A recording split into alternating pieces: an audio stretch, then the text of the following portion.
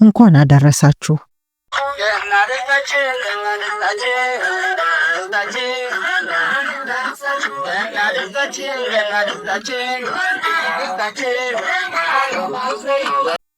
በዚህ ቻናል እውነተኛ ታሪኮች በትረካ ይቀርባሉ። አዲስ ከሆኑ ሰብስክራይብ፣ ቤተሰብ ከሆኑ ደግሞ ላይክ በማድረግ ይጀምሩ። ጸሐፊና ተራኪ ሂሩት አበበ። የተሰወሩት ከረሜላዎች።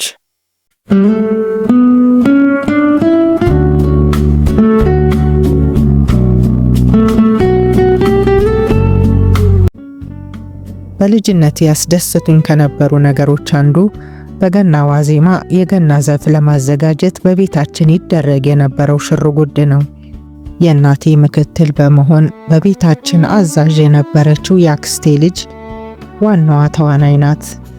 እኔ ደግሞ ከስር ከስሯ በማለት የምታዘኝን እፈጽማለሁ። ዝግጅቱ የጽድ ዛፍ ግንጣይ ከመፈለግ ይጀምራል። እኛ ግቢ ውስጥ ደግሞ የጽድ ዛፍ የለም። ስለዚህ እኔን አስከትላ መንደሩን ትዞራለች። የጽድ ዛፍ ግንጣይ ይዞ በመንገድ የሚያልፍ ካየች ከየት እንደሆነ ትጠይቃለች። እሷ ብቻ አይደለችም፣ ሌሎች የመንደራችን ሰዎችም አለ ወደ ተባለበት ግቢ ግር ብለው ይሄዳሉ። የማን ቤት ነው? እናውቃቸዋለን፣ አናውቃቸውም አይባልም። በአጥር ላይ አንጋጠው ዛፉን ካዩ በር አንኳኩተው ለክሪስማስ መስሪያ ጽድ ፈልገን ነበር ብሎ መጠየቅ ብቻ ነው። አብዛኞቹ የሚቆርጥላችሁ ካለ ግቡና ውሰዱ በማለት በራቸውን ክፍት ያደርጋሉ። የአክስቴ ልጅ ታዲያ የፈረንጅ ጽድ የሚሉትን ከሆነ አትፈልግም። እሱ ቶሎ ይረግፋል የምትለው ነገር አላት። ያበሻውን ፍለጋ ከቤታችን ርቃ መንደር ማካለሏን እወደዋለሁ። ልጆች ሆነን ከትምህርት ቤት ውጪ ብዙ ርቀን ስለማንሄድ ነው መሰል ከቤት የሚያስወጣ ነገር ሲገኝ ደስ ይለን የለ። ያገኘችውን ጉማች በአስፋልት ላይ የጎተተች ወደ ቤት እንመለሳለን። እሱም በረንዳ ላይ አጋድማ ወደ ነስሮ ሱቅ እንሄዳለን። በወቅቱ አሉ የተባሉ ከረሜላዎችን ደስታ፣ ሜንታና ማር ከረሜላዎች በርከት አድርጋ ትገዛለች። የኔ አይኖች ከከረሜላዎቹ ጋር ይንከራተታል። ፊኛና የሚንጠለጠል ብልጭልጭ ነገር ጨምራ ወደ ቤት እናመራለን። የጽድ ግንጣዩን ባዘጋጀችው በሳሎናችን አንድ ኮርነር እግሩን መሬት ተክላ ግድግዳ አስደግፋ ለማቆም ትሞክራለች። ነገር ግን ወደ አንድ ጎን ክንብል እያለ ያስቸግራታል። ትልልቅ ድንጋዮች አምጥታ በማስደገፍ የግድ ታቆመዋለች። ድንጋዮቹ እንዳይታዩ ከፊት ለፊት በሶፋ ትጋርዳለች። እኔም አብሬ ተፍ ተፍላለሁ። ከረሜላዎቹን በክር እየቋጠርኩ እንድታንጠለጥል አቀብላታለሁ። ፊኛ ነፍቼ በክር አስራለሁ። ጽዱ ላይ የማይንጠለጥል ነገር የለም። የሶፍት ወረቀት፣ እጥ፣ በምንም ይሁን በምን ከተለያዩ ቦታዎች የተሰበሰቡ ፖስት ካርዶች ወዘተ። ሰርታ ስትጨርስ ራቅ ብላ ታየዋለች። እኔም አየዋለሁ። አያምርም። ከፊኛዎቹና ከከረሜላዎቹ በስተቀር የሚታየኝ ኮተት ነው። ለዚህ ይሆን ዛሬ ድረስ የክሪስማስ ትሪ ሰርቼ የማላውቀው፣ በቤቴም ገብቶ የማያውቀው፣ ምንም ትርጉም የማይሰጠኝ።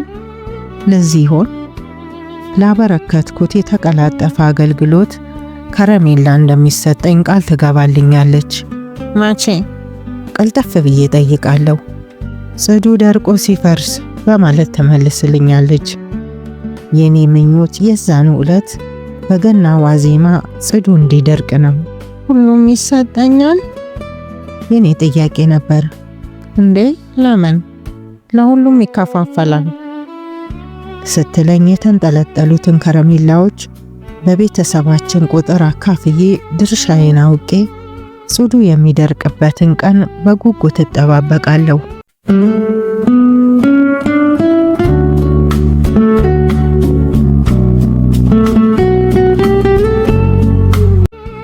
በዓሉ ካለፈም በኋላ ይሄ ኮተት የተሸከመ የጽድ ዛፍ ለኔ ትልቅ ስራ ይሆንብኛል። ጠዋት ከመኝታዬ ስነሳ ወደ ሳሎን ሄጄ አጠገቡ ቆማለሁ። የተንጠለጠሉትን ከረሜላዎች እንደ አዲስ እቆጥራለሁ። አንዱን ቀን ጥሼ መውሰድ ያምረኛል። ግን የሚደርስብኝን ቅጣት ስለምፈራ ምራቄን እየዋጥኩ አይን አይኑን እመለከታለሁ። ከትምህርት ቤት ስመለስም የሆነ ሰው የሚወስድ ስለሚመስለኝ የመጀመሪያ ስራዬ ከረሜላ መቁጠር ነው። ስለማይጎድል ደስ ይለኛል። አንድ ዕለት ወንድሜ መኝታ ቤታችን ቁጭ ብሎ እያጠና አንድ ጉንጩ በትንሹ አበጥ ብላ በምላሱ ደግሞ የሆነ ነገር ሲያጣጥም ተመለከትኩት። ሮጬ ወደ ሳሎን ሄድኩ። ሁሉም ከረሜላዎች በቦታቸው ላይ ስለነበሩ እፎይታ ተሰማኝ።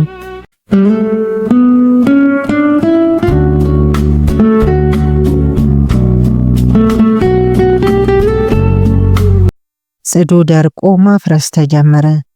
የአክስቴ ልጅ እያንዳንዱን ነገር ከላዩ ላይ እያነሳች ለመጪው ዓመት እንዲሆናት በላስኬት ቋጠረች። ከረሜላዎቹን እየበጠሰች ትንሽ ጠረጴዛ ላይ ማስቀመጥ ጀመረች። ምራቄ ባፌ ሞላ። ለኔ ልታጎርሰኝ ይሆን ለራሷ ልትበላ አላውቅም። አንዱን ከረሜላ መላጥ ጀምራ ጩኸቷን ለቀቀችው። በፍጥነት ሁሉንም ጥቅሎች መፍታት ጀመረች።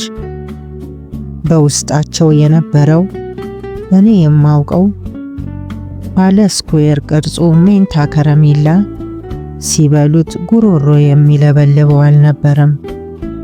በተለያዩ ከለሮች የተዘጋጀው ጣፋጩ ደስታ ከረሜላ አልነበረም። ቢጫ ከለር ያለው ተመጦ ሊያልቅ ትንሽ ሲቀረው ማሩ አፋችን ውስጥ ይፈስ የነበረው ማር ከረሜላ አልነበረም። በቅርጻቸው ተመሳስሎ የተጠቀለለ ድንጋይ እንጂ። የተለያዩ ጠጠር ድንጋዮች ጠረጴዛው ላይ ተበታተኑ።